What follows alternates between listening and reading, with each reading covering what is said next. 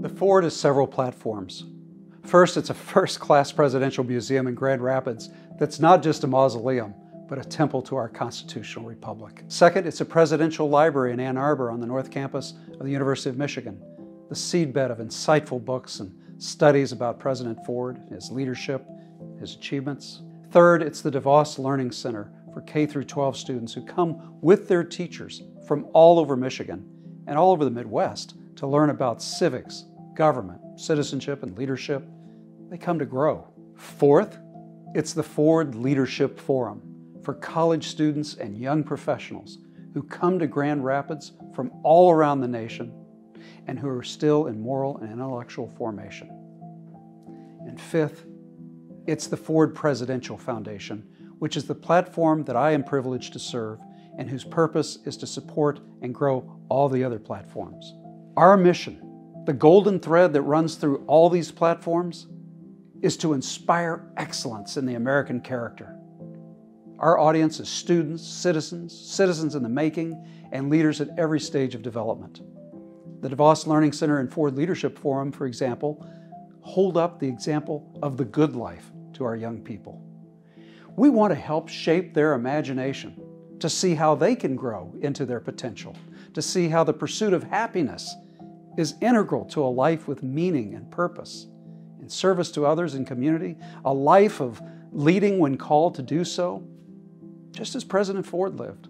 The umbrella over all this are the lives, values, and virtues of America's 38th President, Gerald R. Ford, and First Lady Betty Ford. Most Americans do not see Gerald Ford as a great president, but the more they learn about him, the more they understand that he was a great human being, and that's better. He had integrity. He had courage. He was true to his word. He was compassionate. He was loyal. His instincts were to unify, not divide.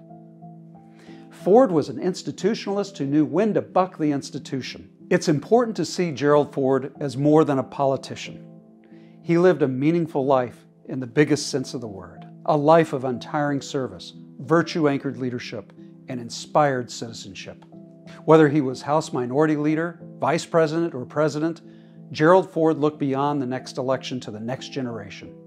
He knew our youth may be only 25% of our population, but they are 100% of our future, so we've got to get it right. If you study Ford's speeches, his swearing in 1974, Pearl Harbor in 75, Valley Forge in 76, you see how deeply concerned the president was to preserve America's experiment in ordered liberty. A World War II veteran himself, he knew that civilization and international order could not be taken for granted. Every generation has to re-earn the blessings of liberty. When I take people through the museum, what strikes them are the virtues by which President and Mrs. Ford lived.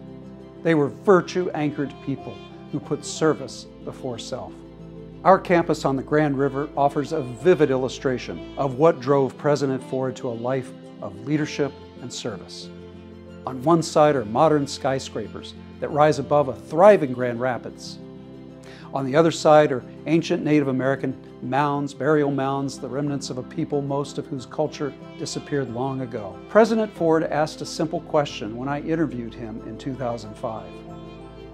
Aren't we obligated to future generations to do whatever we can to be strong and prosperous instead of weak and powerless? In these hyper-partisan and challenging times, we need to rededicate ourselves to our better angels and to a more perfect union. And there is no better way than through the cultivation of virtue. In this and in many other ways, President Ford sets the bar high for the rest of us.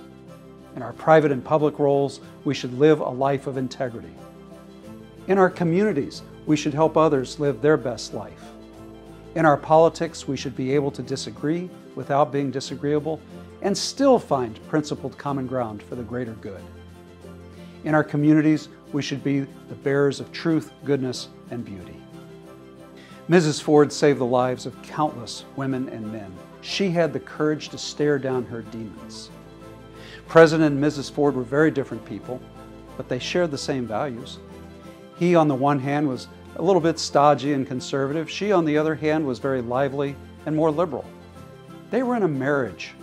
We know that marriage is hard. Every morning we get up, we husbands and wives, and we say, okay, we can do better tomorrow.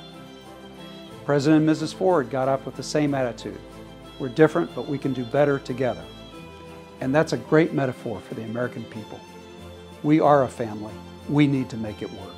Here at the Ford Presidential Foundation, we're working hard for you to make sure this democratic experiment works.